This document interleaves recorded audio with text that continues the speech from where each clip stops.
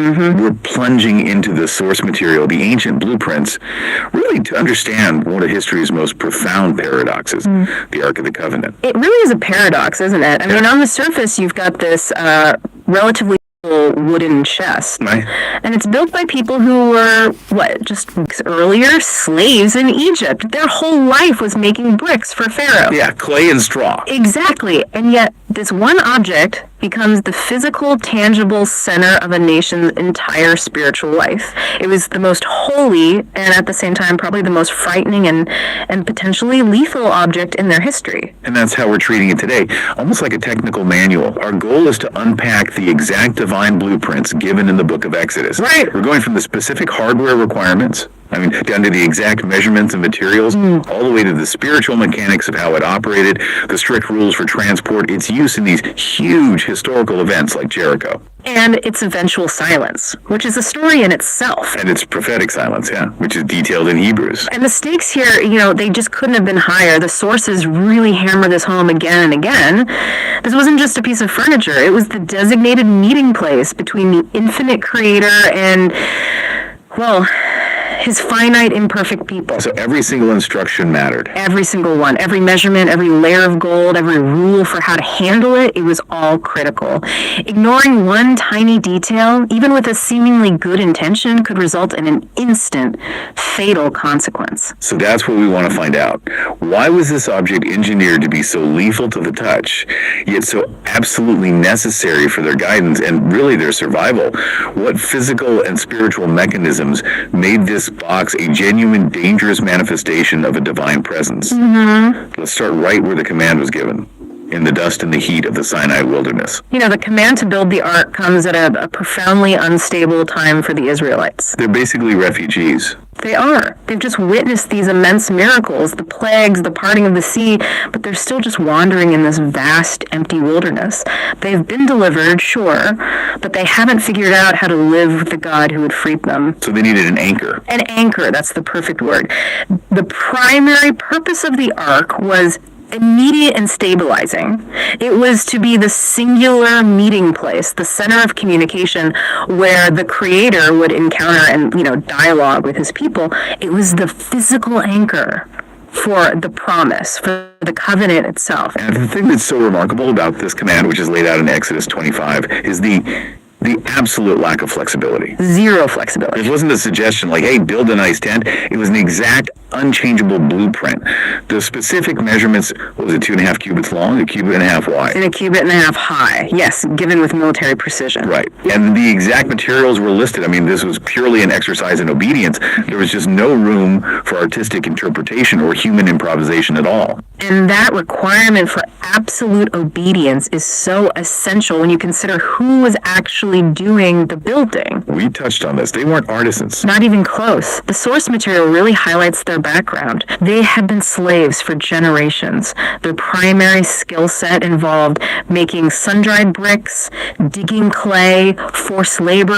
These were people who were physically exhausted, culturally unskilled in fine metalwork or high-precision carpentry. And probably carrying the deep psychological imprint of that servitude. Of course. That context is just, it's vital. You have people who had spent their entire working lives focused on quantity, make thousands of bricks for a despot, and now they're tasked with a project where the quality, the precision of a fraction of a millimeter meant the difference between holiness and failure. It's an incredible shift in mindset. They were being asked to create an absolute masterpiece using skills they didn't have. And that's the powerful irony of it, isn't it? If they were building for Pharaoh, they would have been punished for not having the skill. But here, they're building for God. And their lack of skill was actually a feature, not a bug.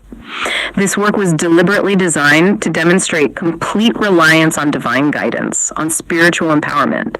It effectively proved that human strength or, worldly capability was totally irrelevant. It was about humility. It was about humility and submission to the blueprint. The command specified acacia wood, not fancy cedar, pure gold, not some cheap plating. The strictness itself was the method by which God ensured. His own holiness was perfectly represented in physical form. So if human skill was being discounted, divine enablement had to step in.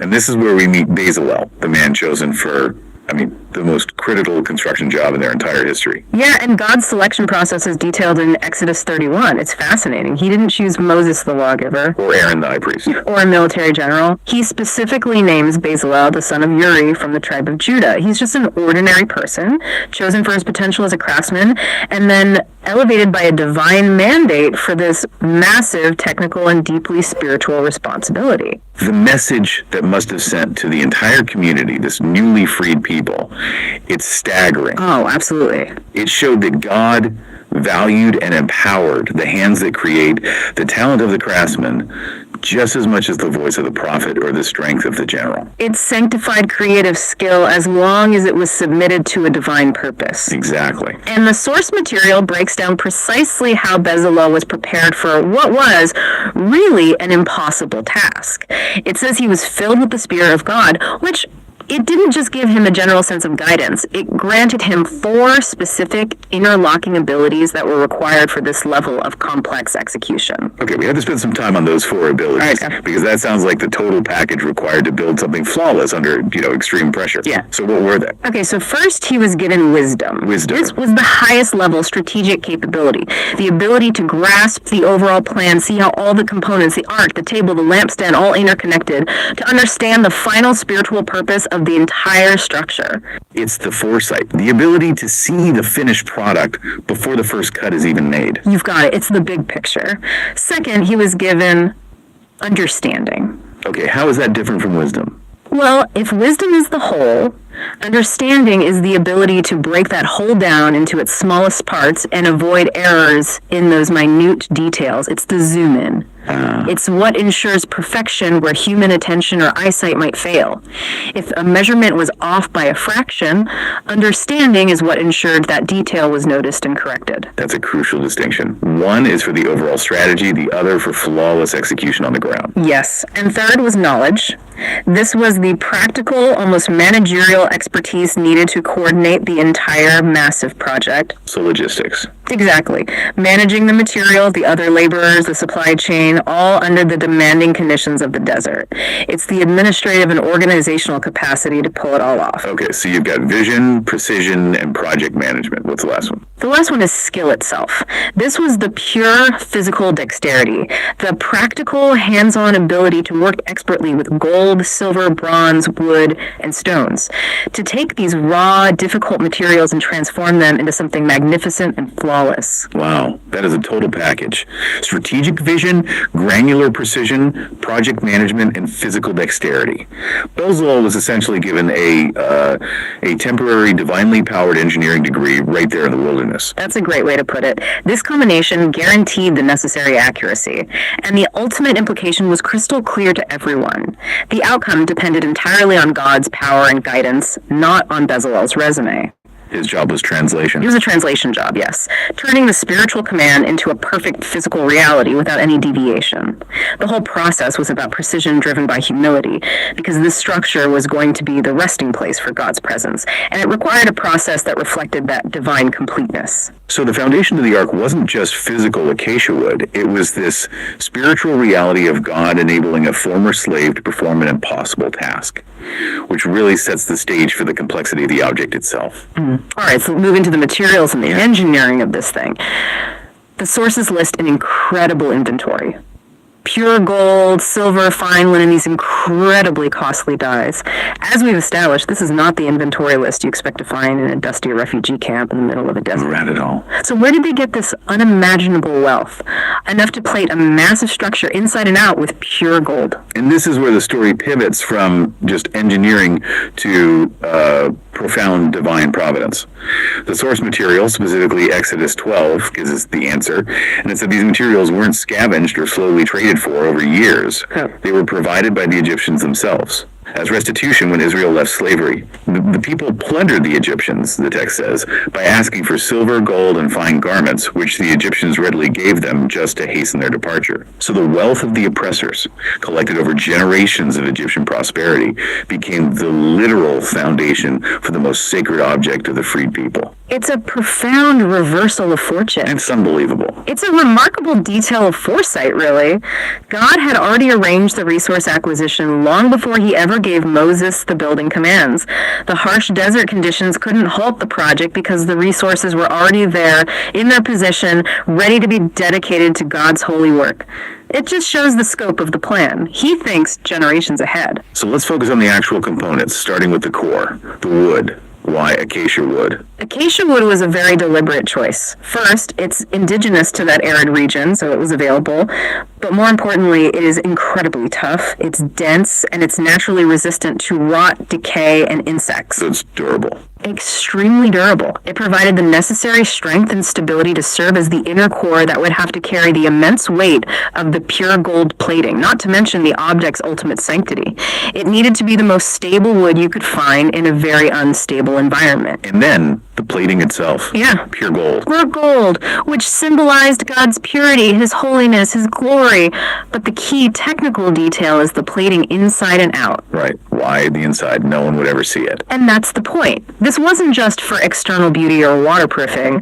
The unseen interior layer had to be just as perfect as the exterior. And that detail hammered home a spiritual truth, that true holiness demands integrity even in the hidden places, the parts of your life that no one else ever observes. The ark had to represent God's complete, uncompromised perfection. You also mentioned the rarity of the cloth and the dyes that were used for the surrounding tabernacle and the coverings for the ark. Yes, they used blue, scarlet, which is a deep red, and especially this purple dye. In the ancient world, purple was the color of extreme royalty. That was incredibly expensive. Right. Absurdly expensive. It was derived from specialized sea snails, and it was a costly, laborious process that required thousands of these tiny creatures just for a small amount of dye. The inclusion of this incredibly rare, expensive material was a clear, unmistakable declaration that this entire system was dedicated to the King of Kings. It just shouted royalty in the middle of a sparse tent complex. Let's talk about the sheer precision required for the construction. I mean, applying soft gold evenly to a wood frame, inside and out, without modern tools, under desert conditions. How did Bazell even achieve that uniform plating? It was an incredible feat of metallurgy and carpentry. It required the maximum exercise of that divinely imparted skill we talked about. The gold likely had to be heated and hammered into these very thin, malleable sheets, and then carefully spread and applied to the acacia frame. And it had to be perfect. The source stresses that the thickness had to be uniform. Any gap, any imperfection, any little patch where the gold didn't perfectly adhere would have compromised both the structural and, more importantly, the spiritual integrity of the vessel. This process would have required immense patience, driving home that point that perfection was a direct reflection of God's own completeness. Then there's the subtle but structural detail of the rim. Yes, a special molding or an edge was required around the top. This rim was functional. It both strengthened the structure and it secured the massive lid, the mercy seat. It just demonstrates that the divine blueprint accounted for every minute detail, ensuring both stability and security for the most important component it contained. And that brings us to that ultimate component, the lid, the mercy seat. The specification for this piece seems almost impossible. It was the absolute zenith of the craftsmanship. The mercy seat was specified to be made of one solid piece of pure gold. Wait, one solid piece? One solid piece. No joins, no welds, no separate sections fastened together. Bezalel had to take an immense block of solid gold and shape it into the lid, which had the same length and width as the ark itself. And here's the kicker. There's more. The two cherubims, the angelic figures, had to be hammered out of that same single piece of solid gold. So they weren't crafted separately and then attached. They were integral to it, hammered out of the same source material. That is the direct instruction in Exodus. The two cherubim facing each other, their wings covering the lid. They had to be worked, pounded, and sculpted out of that massive block of gold until they emerged as these detailed figures. This is just immense, delicate, painstaking work, far beyond what any slave-trained artisan could ever hope to achieve. It really underscores that this whole project was driven by the specialized power of the Spirit. It guaranteed total structural unity and purity. Absolutely. And this level of detail brings us back to that fascinating paradox we started with, that this object's engineered holiness made it physically lethal. Let's spend some time on this surprising detail you mentioned before, the capacitor analogy. Right. This analysis comes from looking at the physical structure through sort of a modern engineering lens. A capacitor, in its most basic terms, is a device designed to store electrical energy. Okay. It consists of two conducting plates separated by an insulating material. The ark's construction fits this model perfectly. You have a core of insulating dry acacia wood surrounded completely inside and out by two layers of conducting pure gold. So the very design that was intended to contain the covenant and facilitate the divine presence also created a structure that was potentially capable of storing a massive electrical charge. Exactly. When the glory of God, which is often described as fire, light, or an overwhelming presence, settled over the ark, especially above the mercy seat between the cherubim, that energy could have been stored or channeled by this large, sophisticated structure. The very atmosphere around the ark was supercharged. The object itself became a physical reservoir that enforced its own holiness. What are the real-world implications of a technical feature like that? Well, it provides a plausible, if secondary, explanation for the sudden death of Uzzah. Which we'll get to. But we know the primary cause of his death was spiritual. It was a direct, explicit disobedience to the divine command not to touch the sacred object. But the immediate lethal consequence may have been magnified by this physical property. Uzzah reached out to touch the highly charged gold, bypassing the insulation barrier of the transport poles. And the result would be instantaneous electrocution, a dramatic, physically fatal discharge. That is profound. So it wasn't just dangerous because God willed it to be, it was dangerous because God engineered it to contain and manage his purity. And that management system had a physical, immediate boundary that could not be crossed by human flesh. It merges the spiritual with the highly technical. So once this meticulously engineered vessel was built and plated, it then fulfilled its role as the ultimate repository. And its contents, they weren't random. There were three very specific items, each symbolizing a fundamental pillar of the covenant relationship, as the book of Hebrews later confirms. Okay, what were those three items and what relationship did they have to one another? First, you had the tablets of the law. These were the stone tablets inscribed by God's own hand, containing the 10 Commandments and the foundation of the law. The core of the contract, so to speak. The core of the contract. Keeping them inside the ark, protected from any tampering or change, was a constant reminder of the limits God set for their moral and societal protection. They represented divine justice and perfection. The second item, that relates directly to authority, right? Right. And the leadership challenges they were facing in the wilderness. It does. It's Aaron's rod that budded. This was this dry, seemingly dead staff that miraculously sprouted fresh leaves, flowers, and ripe almonds overnight. And this happened after a major challenge to Aaron's legitimacy as the high priest. That's right. So its presence in the ark confirmed God's chosen priesthood. It symbolized divine authority and the power to bring life out of barrenness, proving that God selects, he empowers, and he validates those who serve him, overriding any human preference or political maneuvering. And the final item speaks to their physical survival during those 40 years of wandering. The jar of manna. This was the miraculous, flake-like bread that sustained them daily in the desert. And while any manna that was left outside quickly spoiled, the jar preserved inside the ark remained fresh. A constant miracle. A constant miracle. It symbolized God's daily provision and sustenance, teaching absolute reliance on him rather than on human effort or food storage or accumulating wealth.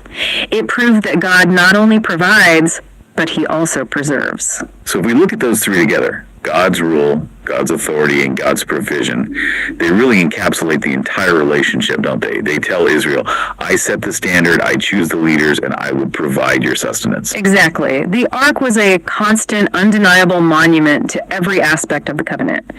But, and this is crucial, as important as these contents were, the sources stressed that the ark's primary function was not storage. It was active, immediate communication. It was the talking place. That specific designation, the talking place, just reveals everything about God's intent. It does. God promised to speak directly to Moses from between the two cherubims that are on the mercy seat. This made the ark, which is located deep within the tent of meeting, the literal axis mundi, the most sacred communication spot on earth. And so different from their neighbors. Completely different. Unlike every surrounding civilization that crafted these mute, static idols out of stone and wood, Israel had a living, speaking God who provided actionable, real-time direction. We often forget how practical and immediate that voice must have been. It wasn't just, philosophical guidance. Oh, the direction was total. The voice coming from the mercy seat dictated when they should move camp, where they should go, how they should prepare for war, how to judge internal rebellion, and how to maintain communal holiness. Moses would enter the space, receive wisdom that was unobtainable by human thought, and then return with a perfect course of action. It was divine, real-time, tactical, and strategic guidance. And this communication was inextricably linked to that tension created by the contents, the law inside, and the mercy seat covering it. This is the spiritual engineering of the Ark. The tablets of the law inside represented perfect, immutable, divine justice. Humanity, being imperfect, constantly failed to meet that standard. Of course. So if the Ark were only a box containing the law, Israel would have been instantly judged and, frankly, annihilated. But it wasn't. Because the lid, the mercy seat, covered that justice. On the annual Day of Atonement, the high priest would sprinkle blood on that gold lid. This sacrificial blood covered the law, and only then could the voice of God, the voice of mercy, continue to speak. So the communication literally occurred at the intersection where perfect holiness met divine forgiveness. The hardware itself was a lesson in salvation. It was profoundly restorative. It ensured that the relationship could continue despite human weakness and repeated failure. The very function of the Ark taught Israel that their proximity to God was based not on their ability to keep the law, but on God's provided means of covering their failure to do so. Okay, so if the Ark was the focal point of God's presence and was, as we discussed, potentially engineered to carry this immense physical charge of holiness, the rules for handling it must have been absolute. They weren't just safety regulations, they were survival boundaries. The rules were designed to protect the people from the very power they were carrying. And the sources are incredibly specific about who could carry it and how they had to prepare. So tell us about the carriers. Who were they? Only the Kohathite family, a specific lineage within the tribe of the Levites, were chosen to carry the Ark. It was a set-apart privilege, and before any movement, the preparation was extensive. It involved these rigorous purification rituals, sometimes including bathing with water mixed with the ashes of the red heifer, which was a unique, highly symbolic cleansing agent. So it wasn't a casual task. Not at all. They had to fast, pray, maintain ritual purity. This preparation was meant to instill an immense reverence. This was not something tired men just picked up and started walking with. And the Ark itself could never be viewed directly. The moment it was moved, it was immediately shrouded, right? Yes. The ritual in Numbers 4 mandates 3 specific coverings to protect the carriers and the community. First, the priests had to take the veil, the separating curtain that hung in front of the Holy of Holies, and drape it over the Ark. That was the inner layer. Okay. Second, that was covered with a layer of sea creature skin, a tough, dark, durable hide, possibly from dugongs or seals, designed for weathering and durability. So that tough hide served as a kind of physical protection for the gold. Precisely. And then finally, the entire assembly was covered with a pure blue cloth. This blue cloth was the final layer that was visible to the carriers and the community. This 3-layered veiling was essential. Seeing the Ark directly or its contents was described as deadly.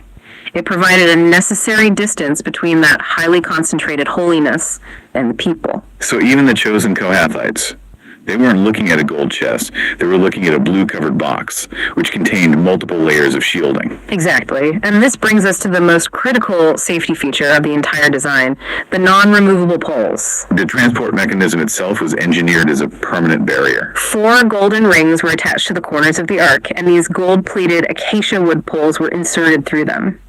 The command in Exodus 25 was unambiguous. These poles were never to be removed. Never. This rule served 2 operational functions. First, the Ark had to be ready for immediate transport the moment God gave the command to move.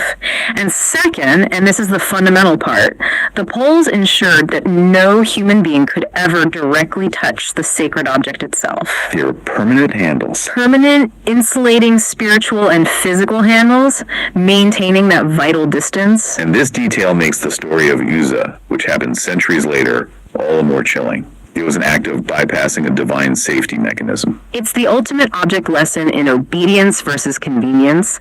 Decades later, under King David, the ark is being returned to Jerusalem after a long stay away.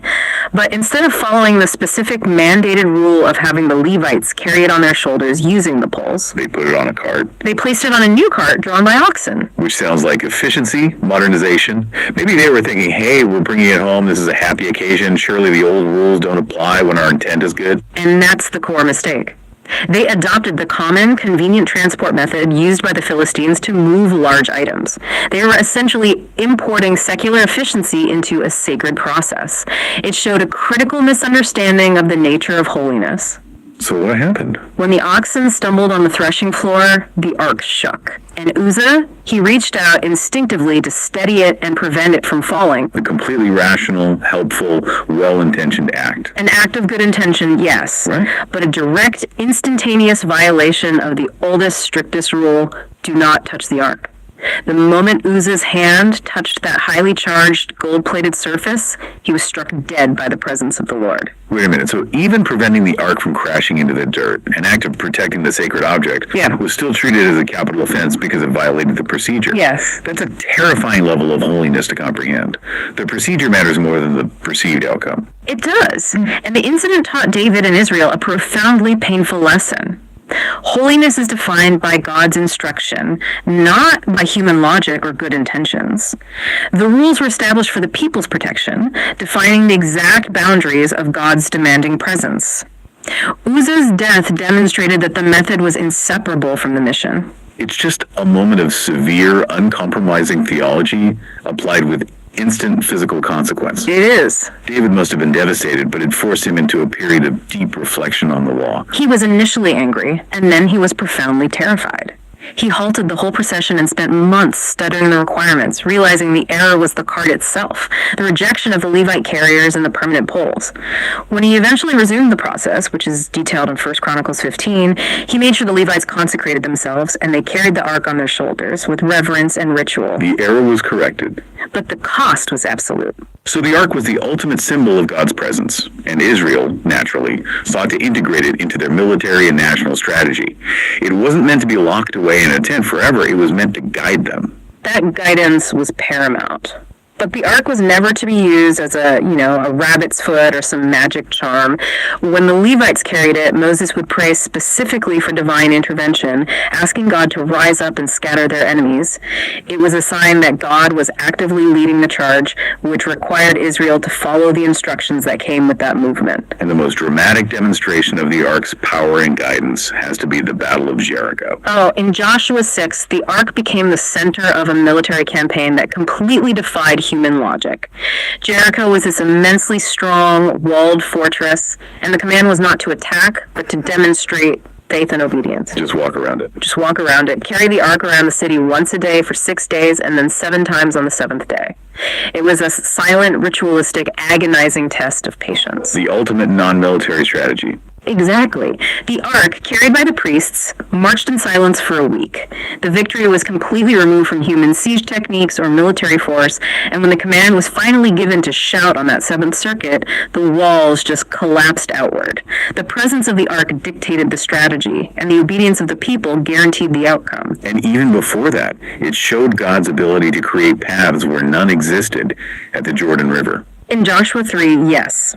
The entire nation needed to cross the Jordan, but the river was in its flood stage, a swift, impassable torrent. But when the feet of the priests carrying the ark just touched the water's edge, the water immediately stopped flowing upstream. It stacked up and created a dry path. The ark was the catalyst. That event was meant to be remembered forever as proof of God's ability to manipulate physical reality for his people. But time changes perspective, doesn't it? And eventually, Israel's reverence turned into superstition. They started to treat the ark as a magical artifact, forgetting the requirement for faith and repentance. And that tragedy is chronicled in 1 Samuel 4. Israel was suffering this humiliating defeat against the powerful Philistines, and instead of seeking God's face or repenting for their sins, they just decided to grab the ark and bring it to the battlefield. They thought its mere physical presence would act as an impenetrable shield. A guaranteed victory charm. They tried to manipulate God's presence. And the result was catastrophe on two levels. Utter catastrophe. Israel was decimated. The priests who were carrying it, Hophni and Phinehas, were killed. And shockingly, the ultimate symbol of God's relationship with Israel, the Ark of the Covenant, was captured by the pagan Philistines. That must have felt like the spiritual death of the nation. It was a severe lesson. God's presence cannot be wielded or treated like an insurance policy detached from sincere faith and obedience. But the ark didn't just sit quietly in Philistine captivity, did it? It proved to be a curse, not a prize, starting with the judgment on their God. Dagon. Right, the source material here is almost darkly comedic. The Philistines, full of triumph, they placed the captured ark in the temple of their chief deity, Dagon, in the city of Ashdod. The next morning, the priests of Dagon discovered their massive idol has fallen over and is found bowed, face down, before the ark. A clear physical acknowledgement of a superior power. You'd think that they set the idol up again, maybe rationalizing it as a fluke. The following morning, the judgment was much more severe. They found the idol not just fallen, but shattered. Specifically, its head and hands were severed and lying on the threshold. Wow. This was a direct theological statement. The God of Israel removes the mind, the head, and the power, the hands of all competing idols. Yeah. It was an unmistakable message that the Creator shares his glory with no one. And the judgment extended beyond the idol itself to the people. Oh yes. Plagues and terrible diseases, tumors, and widespread sickness began sweeping through Ashdod. The Philistines realized this object was entirely too dangerous, and they relocated it to Gath, hoping to contain the disaster. But the plagues just followed the ark from city to city Gath, then Ekron. The inhabitants were terrified and desperate to be rid of it. They concluded the God of Israel was too powerful to be held captive. Absolutely. So the Philistine leaders determined they had to return the ark. They developed this unique test. They placed the ark, along with a guilt offering of gold images, onto a new cart. This cart was pulled by 2 milk cows that had never been yoked, and whose calves were deliberately kept penned up back in Philistine territory. The logic being that if the cows ignored their natural instinct to go back to their calves and instead walked straight toward Israelite territory, then the disaster was truly divine. It was a skeptical but potent confirmation. And the cows, they ignored every natural instinct and walked directly, without any guidance, to Beth Shemesh in Israelite territory. And the return brought this immediate, overwhelming joy to the Israelites. Yet even in that joy, the people stumbled again regarding the strict rules. It's another terrible reinforcement of the rules. When the ark arrived in Beth Shemesh, some of the excited inhabitants, driven by curiosity, peered inside the sacred object, violating that strict rule against viewing the holy contents. The sources record that 70 men were struck down. So the rules for handling the sacred were not relaxed, even for rejoicing Israelites. God's holiness demanded honor, regardless of the situation. So after this long, unstable period, the ark finally finds some stability under King David, who brings it correctly and humbly to Jerusalem. And he realizes that this object, which had been housed in tents and carried through fields, deserved a permanent, magnificent resting place. David's heart was dedicated to building a permanent home, moving the ark from the tent of meeting the tabernacle structure. But God commanded that the work would be completed by his son Solomon. So David spent the remainder of his life not building, but gathering immense resources: gold, silver, bronze, stone, meticulously preparing the entire foundation for a house worthy of God's name. And the 7 years of labor on Solomon's temple culminated in the ark's placement in the Holy of Holies. In 1 Kings 8 and 2 Chronicles 5, the immense temple was dedicated. With immense reverence, the priests carried the ark into the innermost sanctuary, the Holy of Holies. They used those non-removable poles one last time. It was settled beneath the immense, stylized wings of 2 carved, 20-foot-tall cherubim, its final, permanent resting place. What was the physical manifestation when the ark was finally set down? I mean, what happened?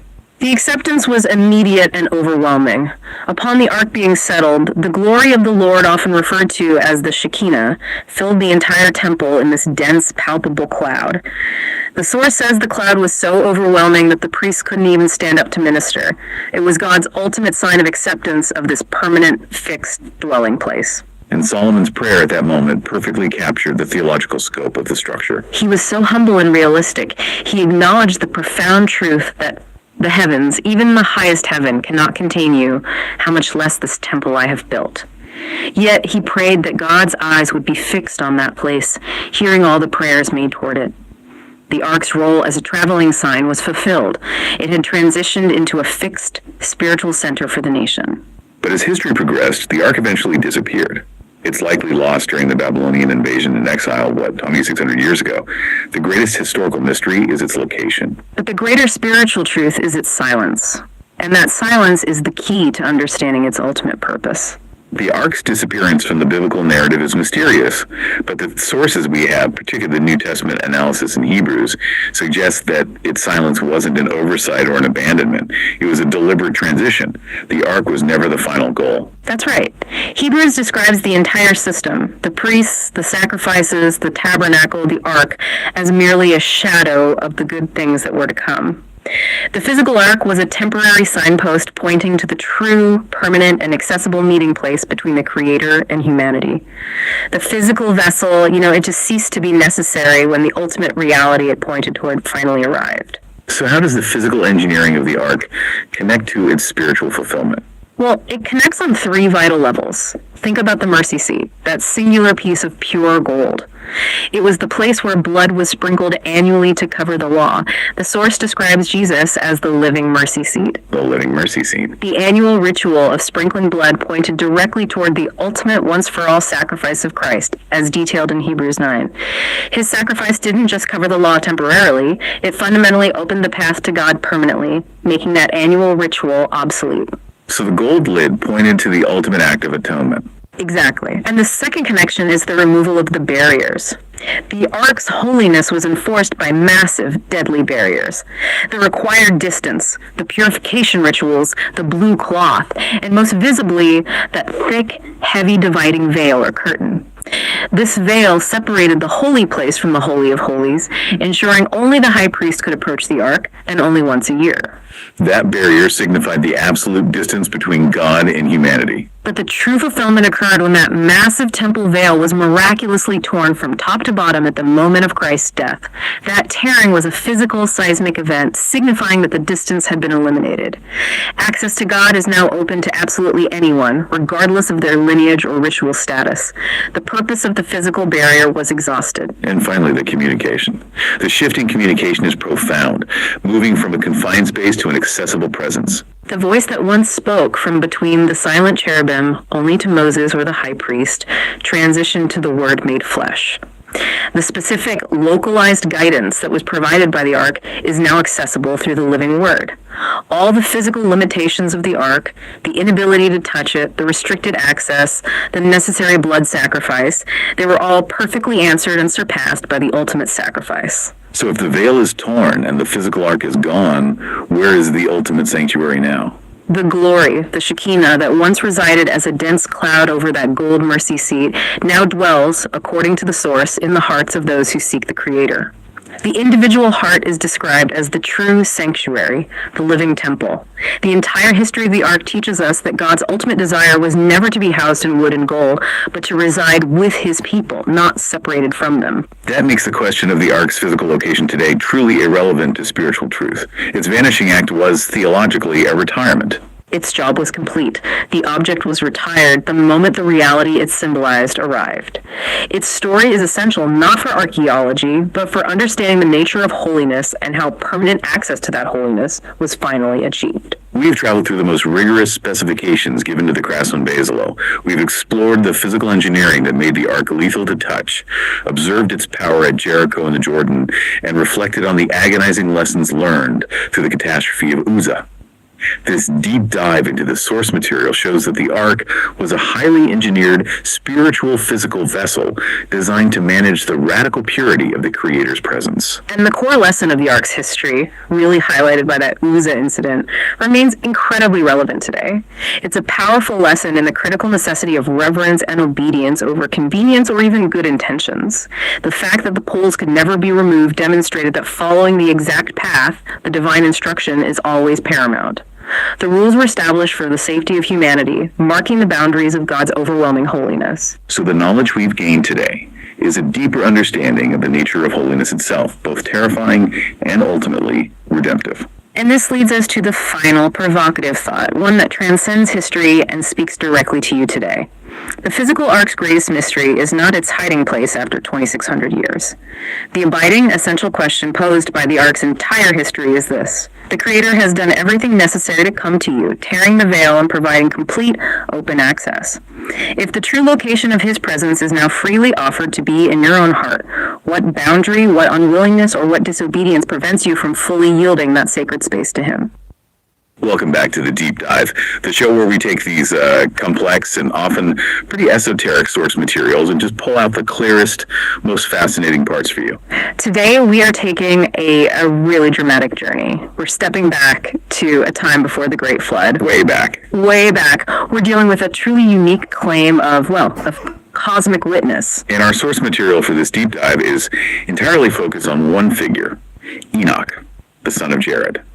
Now, according to these ancient transcripts, he was a man who walked with God in a really profound way. He was known for his wisdom, his righteousness, and the sources are very specific. They tell us he lived 365 years. Which is a number that seems to almost prefigure the cosmos he's about to see. Exactly. That age, 365 years, it sets up the central claim we're looking at, which is that Enoch was the first human being to physically go up, witness, and then come back with a map of the cosmos. And not just a vague vision. No, not at all. This is a guided tour, an intricate one, through 10 distinct levels of heaven. And the way it begins, I mean, the call to adventure is just incredible. He's simply lying down, maybe asleep, and two beings just show up at his bedside. And these were not subtle visitors. The description in the source is, it's unforgettable. Right.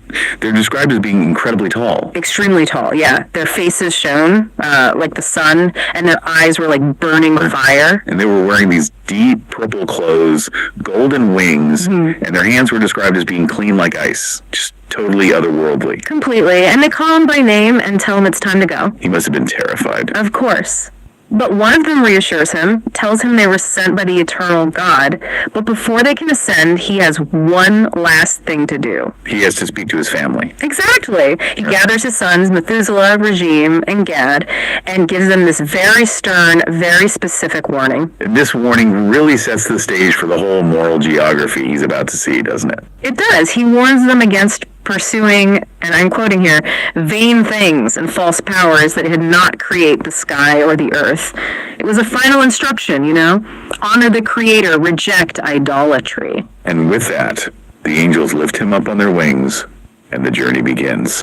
Up above the clouds to start his cosmic itinerary. So the narrative takes us first through what it calls the lower heavens. And right away we get this map of cosmic order and, moral extremes. Let's start with heaven number 1. Okay, so the first heaven is all about pure administrative order. Enoch is placed high above the clouds, and he sees this celestial sea. A body of water. A vast one. So large that all of Earth's oceans combined are basically insignificant next to it. And this is where the cosmic bureaucracy starts to become clear. It does. The administration is specific.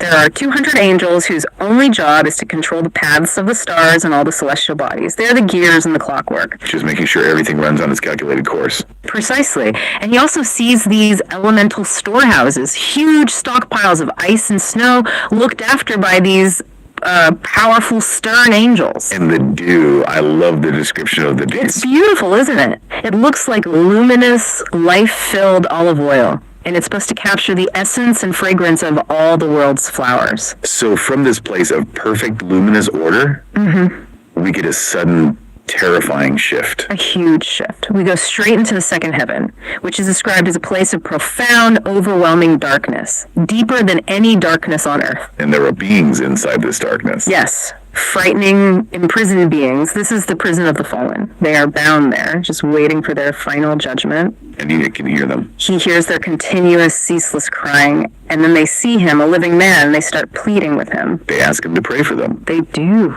But he refuses. I mean, here's this man of supreme righteousness, and he won't offer a prayer for these weeping celestial beings. That seems cold. It's not about coldness, it's about hierarchy and the nature of their sin. His refusal is so important because he basically says, I'm just a man. I don't even know who will pray for me. Oh, okay. He's making it absolutely clear their sin was celestial treason. It's so monumental that a mortal, even a righteous one, just can't bridge that gap. The boundary is uncrossable. That distinction between mortal sin and angelic treason, that's critical. Yeah. And then we get another stark contrast in the third heaven. An immediate one. We shift from that prison of darkness to this shining place of sublime fragrance. This is paradise, the garden of the righteous. The centerpiece being the tree of life, which is described as the resting place of the Lord when he visits this heavenly orchard. The colors are intense, golden, crimson, fire-like. And its roots are said to bridge the earthly and divine worlds. Literally bridging realities, yes. And the abundance is incredible. This is the origin of the 4 rivers of Eden, flowing with milk and honey from one spring, oil and wine from another. Guarded by 300 singing angels. And the source is very explicit about who gets this reward. It's for those who fed the hungry, clothed the needy, supported the weak. Cared for orphans, those who lived a life of true worship and honesty. Exactly. But then the third heaven holds this stunning paradox. Right next to this beautiful garden is the place of torment. It is a horrific space, a continuous black fire, a river of fire where souls are bound in hard chains. And there's that paradox of the judgment. Intense heat combined with, what? Unbearable cold. Unbearable cold and shivering. It's a dual agony. And again, the sources are crystal clear about the sins that land you here. Let me guess. It's the vain things he warned his sons about. It's exactly that. This is for those who rejected the Creator, practiced black magic, oppressed the poor, committed murder, and worshipped lifeless idols. So the contrast between the fallen angels in heaven 2 and the fallen humans here in heaven 3, it's a devastating illustration of divine justice. It really is. So after seeing the ultimate moral poles, the garden of bliss and the river of fire, Enoch is then shifted from spiritual geography to cosmic math. That's a great way to put it. We enter the 4th heaven, and this is all about the mechanics of the celestial machine. If the lower heavens were theology, this is all about mathematical precision. This is where he observes the sun and moon. He does, and the scale is just immense. The sun doesn't travel alone. It has 4 large stars with it, and 8,000 smaller stars. 4,000 on each side. 4,000 on each side every single day. And it's served by 15 cohorts of angels. But it's not just angels. There are these other unique creatures, the phoenix and the shaka-adri. Yes. Almost mythical creatures. They're described as having lion feet, a crocodile head and tail, 12 wings, and bodies like a rainbow. A bizarre combination. What do they do? Their job is to regulate the sun's heat and moisture. They represent the raw, harnessed forces of creation, earth, water, fire, air, all working together to keep the sun's fire stable. So the sun's journey isn't just physics, it's a heavily administered cycle. Designed for life, exactly. And that cycle is unbelievably precise. The sun uses 6 specific gates in the east for rising, 6 in the west for setting. And this determines the seasons and the length of the year. Down to the fraction. 365 days. And when it sets, it travels below the earth on a hidden path for 7 hours, guarded by 400 angels. It returns to the east in the 8th hour, and that's when the phoenix and the shaka-adri sing their sunrise hymn to welcome the light. So Enoch lives 365 years, and here he is witnessing the mechanics of the 365 day calculation. That's a very intentional mirroring. Absolutely. And then he sees the lunar cycle. It uses 12 gates of its own, but the critical part here is the discrepancy. The solar year is longer than the lunar year. Right. The solar year is 365 days, but the lunar year is only 354. That's a 12-day difference. Which would throw the whole calendar into chaos if you left it alone. So what's the cosmic solution? The solution is a vast 532-year correction cycle. The source explains how that quarter day is accumulated over 4 years and then added back in to keep the months balanced. So even the tiny fractional parts are accounted for. Everything is accounted for. It proves that the chaos he warned his sons about has absolutely no place in the divine administration. It's all order. As we move higher, the narrative shifts back to rebellion, but this time it feels different. It's infused with sorrow. We're in the 5th heaven. Yeah, and here Enoch encounters the Grigori, or the Watchers. They're a huge multitude of these giant-like beings. Powerful beings, but they're marked by this profound fatigue and sadness. They're just standing there in silence. They are grieving. They followed their leader, Sataniel, away from the Lord of Light, and their actions had devastating consequences on Earth. That's the key distinction. 3 of them descended to Earth, broke their vow, and they mated with human daughters. Which resulted in the violent giants and chaos on Earth. Utter chaos. A direct violation of the cosmic order. So now they're not bound like the others in the 2nd heaven, but they're grieving for their fallen comrades, awaiting a judgment they know is coming. Enoch actually confronts them. He asks them why they're silent. That seems incredibly bold. It is. He asks why they aren't serving the Lord. And their response is just, it's dramatic. They send a message up and then they all rise together and sing this single, loud, mournful song that goes straight to the throne of God. An expression of unending penitence. Yes. From there, from that sorrow, we jump to the highly structured, almost sterile atmosphere of the sixth heaven, the administrators of order. Okay, so what happens here? Enoch sees 7 groups of angels, brighter than the sun, and their job is to maintain the systemic functionality of the cosmos. So they're like the quality control department. For all of creation, yeah. They regulate the movement of stars, the seasons, rivers, oceans, even the growth of fruit and grass. And this is where the celestial record keeping gets really sharp, right? Detailing human accountability. Exactly. There's a specialized group here that focuses only on human affairs. They keep detailed, comprehensive accounts of every person's deeds, every word spoken. And even their thoughts. Even their thoughts. Everything is recorded before God. This creates a really interesting tension between free will and destiny, because the physical system is fixed, but human choice is being meticulously recorded. And what surrounds this whole bureaucratic effort? 6 cherubim, 6 seraphim, and 6 phoenixes. And they sing continually, ensuring the harmony of the administration never falters. That detailed overview brings us to the final ascent, the summit of the journey, which begins with the 7th heaven, the threshold. This place is pure, overwhelming light. It's almost indescribable. Enoch sees the 9 distinct orders of celestial power, the cherubim, the seraphim. And he gets a glimpse of the Lord's throne. A glimpse from a distance. The sheer intensity of the light is still a barrier. He can't get close yet. The sources move pretty quickly through heavens 8 and 9, but they seem to define these crucial roles that govern fate. They do. Heaven 8 is Musalot. It controls the dry and rainy seasons and contains the 12 constellations. And heaven 9. Heaven 9 is Kokabim, which is the fixed location for the 12 signs of the zodiac. So these aren't just empty spaces. They're the fixed astronomical coordinates that govern time, weather, and destiny on a macro level. Placed above all the active administrative angels below. Precisely. And then finally the destination. Heaven 10. Aravat. The presence. This is the highest heaven where God resides. After all that, what does he see? It is an experience of pure, unfiltered, terrifying glory.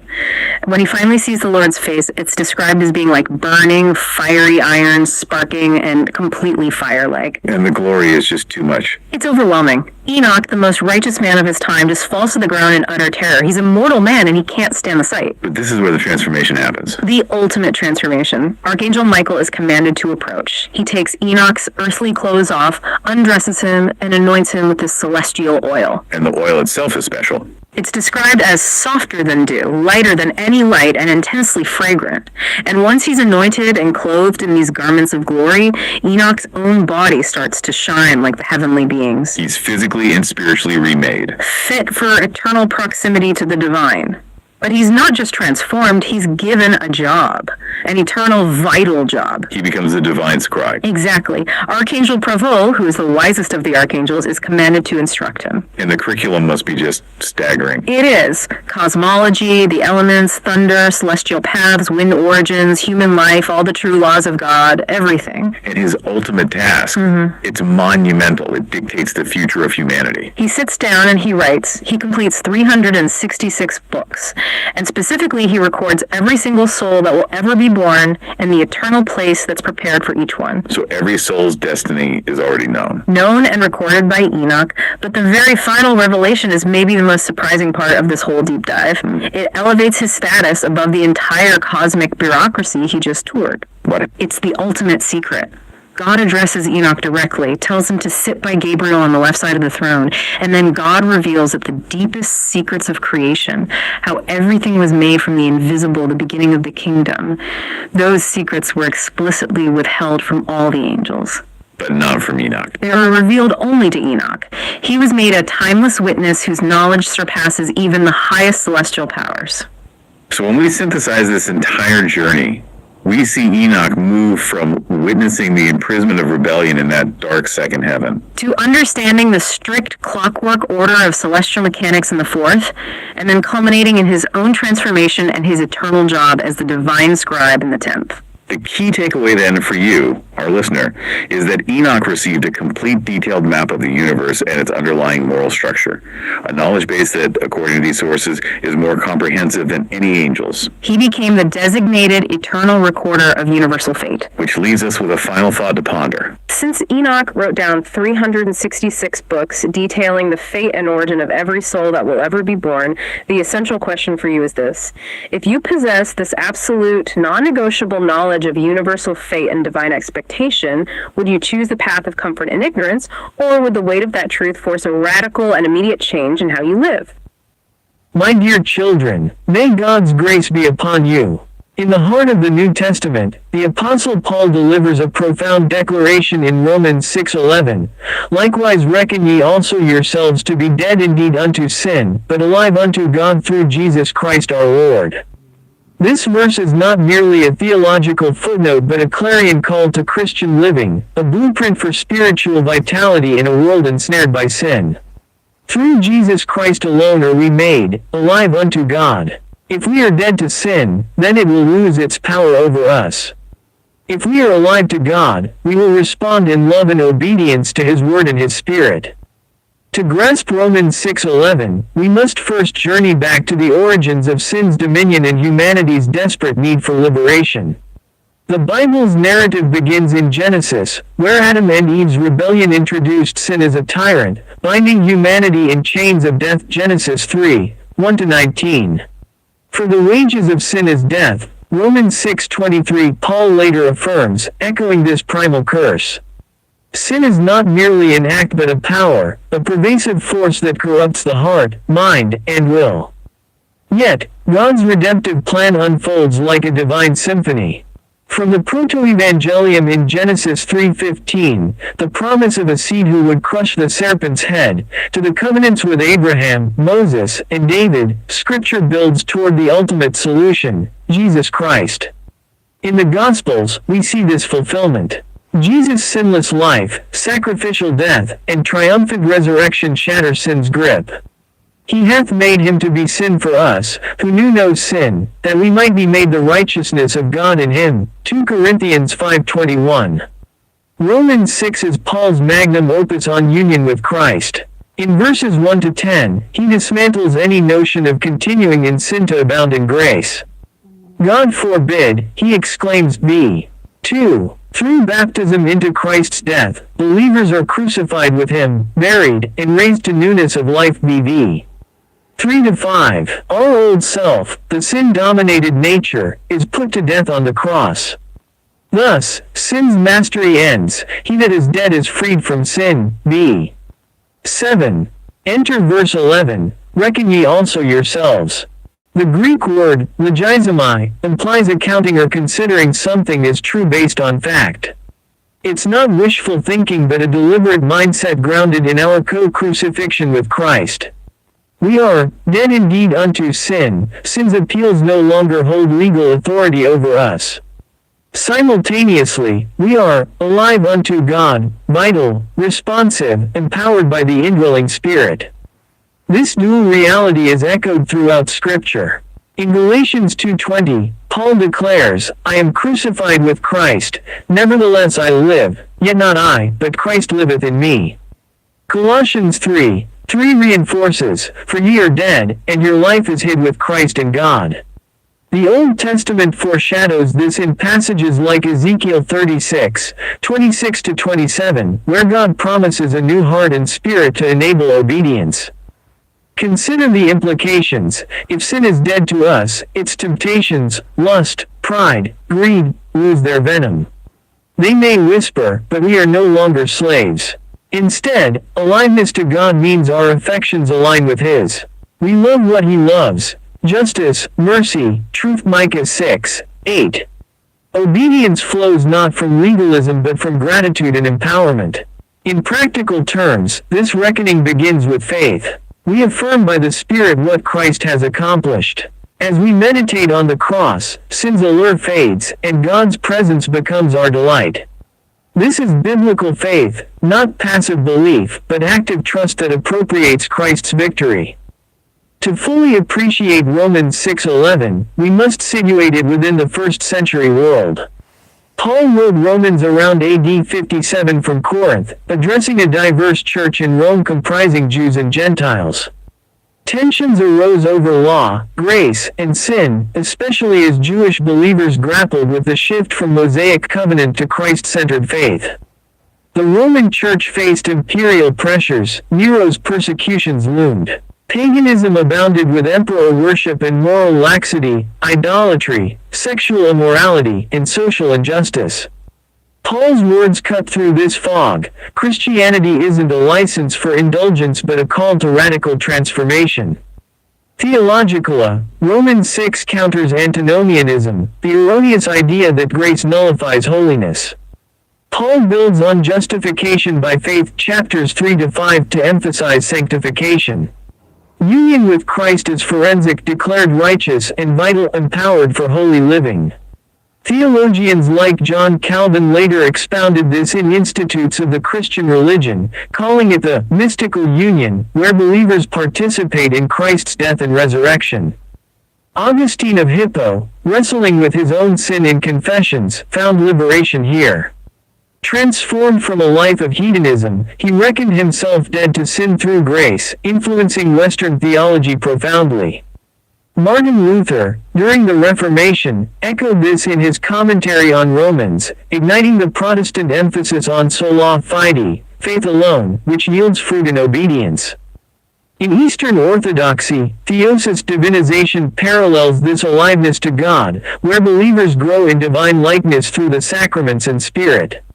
Modern thinkers like Dietrich Bonhoeffer, in The Cost of Discipleship, warn against cheap grace that ignores reckoning with sin's death.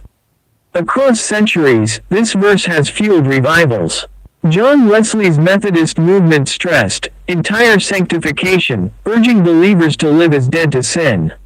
In African American spirituals and the civil rights movement, figures like Martin Luther King Jr. drew on it for nonviolent resistance, dead to hatred, alive to God's justice. Theologically, the verse hinges on Christ's exclusivity, through Jesus Christ our Lord. No other path, works, rituals, or philosophies can vivify us to God.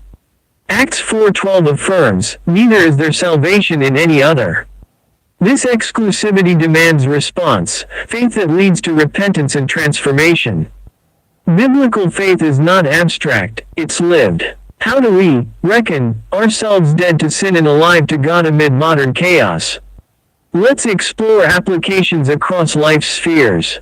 Sin's subtleties, anger, envy, selfishness, assail us daily. Reckoning begins with scripture meditation.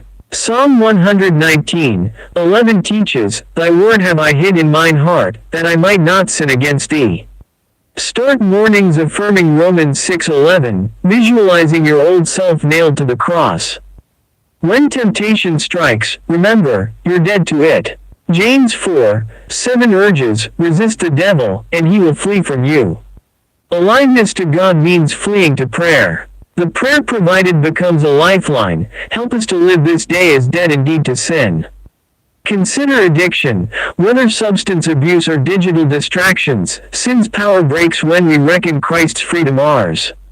Support groups like Celebrate Recovery echo this.